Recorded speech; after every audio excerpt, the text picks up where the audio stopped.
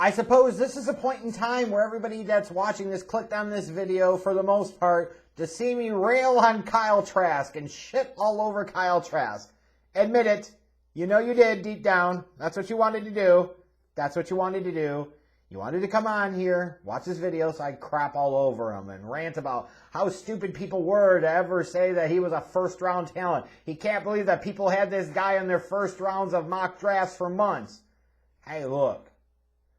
I could come in there and say that and not totally be a D-bag about it. Well, some of y'all will be like, I've subscribed to you for years. That's not true. You may be right.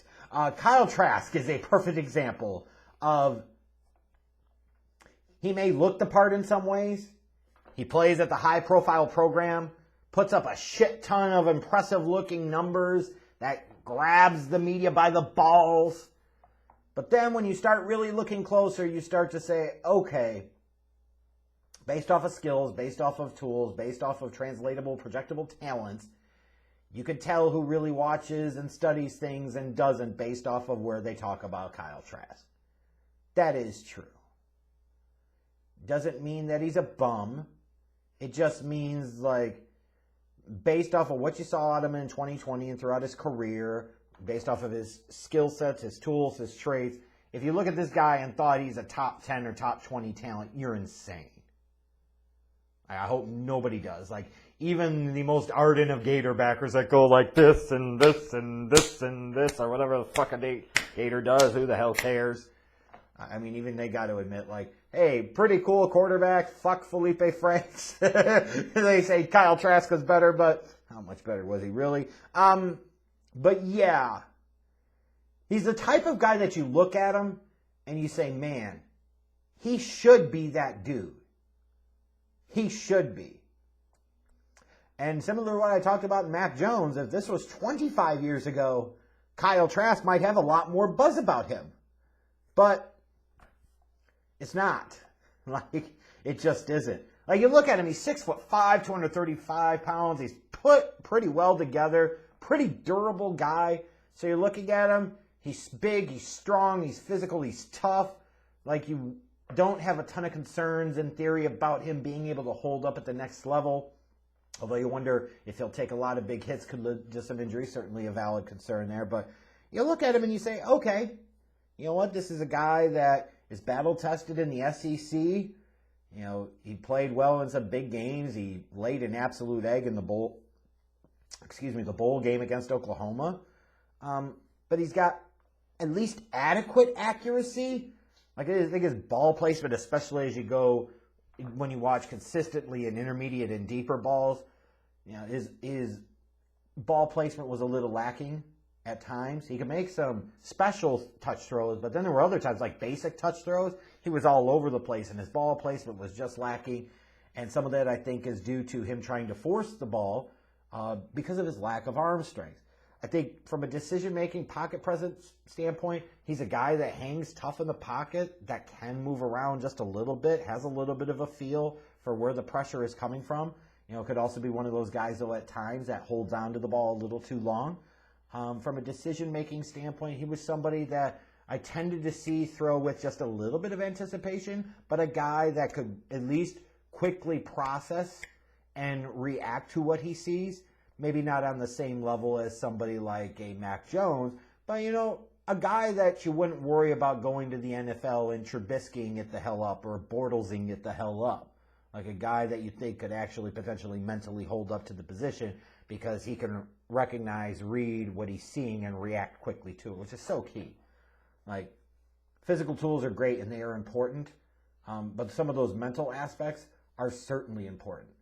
I will say, even when you talk about the mental aspects, like I think his field vision and his ability to go through his progressions is kind of average.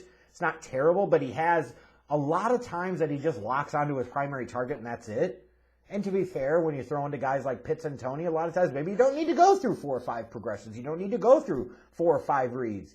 And I think sometimes that's a little bit overrated. Depending upon the talent around you, depending upon the system that you have, is it better to wait around and fish around and weigh all your options? Or is it better to be decisive and say, fuck it. first open guy I see, I throw. Like, it's not just about, and I'm even thinking about this, and as I go into next year to evaluate quarterbacks going forward, like potentially rethinking how I do a lot of this stuff. Like, how much does size really matter anymore? Can you even really measure durability?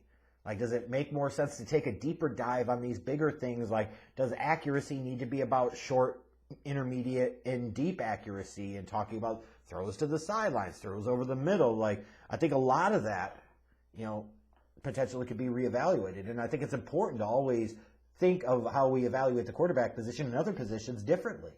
Like, if I'm using the same grading scale that I've done a few years ago, like at some point in time, if I don't change, then I become a dinosaur. Like, when I see some of these guys that sit there and say, like, they had Trevor Lawrence, it's my highest rated quarterback since Andrew Luck. Is that a reflection of Trevor Lawrence?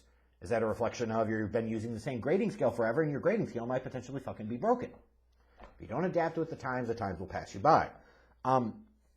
But to the point, like, average, but I saw some ability to go through progressions, but I'm a little more concerned about if you lock on to a guy, can you at least react to what you see quickly and get it there? Therein lies some of the problem with Kyle Trask, because his arm strength is just average. Like, to me, similar to Mac Jones, you associate, he's a 6'5" guy. He's got a pretty strong arm because he's got that big, long throwing motion. No, just because he has a big, long fucking throwing motion. I don't like his footwork. I don't like the way he uses his whole body in his throwing motion, meaning a lot of times he doesn't. I think he's got a bit of a wind-up to him. Like, that's going to kill him. That, to me, would be a real concern. Because if his mental processing is not snap quick, then you're going to take that average arm strength combined with that long, loping throwing motion, and, man, he's going to get himself into a lot of Falesy type of trouble. And by Fales, I mean Nick Fales, F-A-I-L-S, and more on that in a moment. But I think the mechanics are bad for him as a passer and certainly require some work. Arm strength, if he had a little bit more arm strength, I could overlook some of that, but he doesn't. And you could say that he does, but he doesn't. Like, it's just average. It's not, wow, I look at that and that's a big-time laser. That's a big-time NFL throw. Like, I see guys like Lawrence can make them. I see guys like Lance can make them. I see guys like Fields can make them. Wilson can make them. No matter what. You get what I'm saying. Like, there are guys in this draft that have stronger arms than him. So when you take the lack of big-time arm, the so-so mechanics, and then you really look at him and you say, field vision is kind of average. It's not terrible, but it's not great. And then you look at a guy that's not going to be able to extend plays. He's not a great athlete. And even when you talk about mobility, like I've got it graded as mobility, but that could be more about maneuverability within the pocket, or getting and evading trouble and being able to do that quickly. Like I said, he hangs tough in the pocket. Sometimes he holds onto the ball a little bit too long. I've seen instances where he can move within the pocket, but if it's rushed or it requires a quick movement from him, like his process is a little slow there. And, he just doesn't have that natural ability to climb out and evade pressure and evade the pocket. I thought I remembered seeing, like earlier this year, there were some comparisons to Big Ben Roethlisberger, and that shit needs to stop. I hope nobody does that now, because Big Ben, had more maneuverability within the pocket than Kyle Trask does, and he certainly had a much, much bigger arm. Let's be clear on that. I look at him and I say, there's a lack of big-time arm strength. The mechanics are not great. Some of the mental aspects are okay, but they're not special. He's not a guy that's going to create a ton of plays with his feet, and you say, okay, so he doesn't bring that running element that you want out of the quarterback position for a lot of teams. So you're limited to what he can do as a passer, and frankly, the upside as a passer is somewhat limited. Now, I think there's a role for a Kyle Trask in the NFL. You'll see my comparisons. I've got a 4th-round grade on him, because that's about where I would feel comfortable taking a guy like him. I would say, you see some elements of Matt Cassel, Nick Foles, guys that you could bring in and in certain spots at certain moments can play all right for a little bit, and then the lack of talent, the lack of mobility starts to catch up with them, especially like in the case of Nick Foles, a guy that you could bring in for a little while. Even if you go back to his 2013 season, he had a whole season, 27 touchdowns, 2 interceptions. Yeah, and then reality soon quickly caught up as the rest of the league figured out what Chip Kelly and the Eagles offense was doing. Well, I could see Kyle Trask being that type of guy. Now, you could have a nice long career being a Kyle Trask. But think about it. Like, would you really be excited if your team took him anywhere in the first 3 rounds of the draft? I know I wouldn't. Now, if I was a team like, let's say, the New York Jets, and I'm taking a Zach Wilson at 2, would I potentially target a Kyle Trask as a, fast foul backup if he's available in the 4th or 5th round? Maybe. He's going to be somewhat different from what you have, but I think he's a guy that you could bring in and get some value out of as a backup on a rookie contract. He's a guy that can have a 10-year career in the league.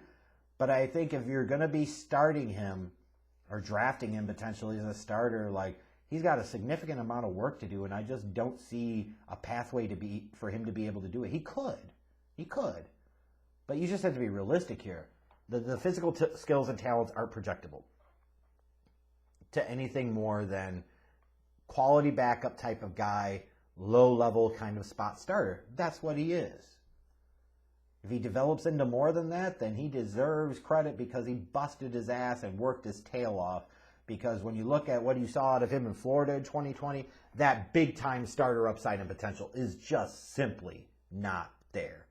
And that's why I've got a 4th-round grade on him, is the lack of big-time arm, the lack of athleticism and mobility, the mechanics, average to slightly above average, but not great in terms of some of the mental aspects of the game. I think you could develop some of that, but I'm not investing a premium pick on him. That's for damn sure.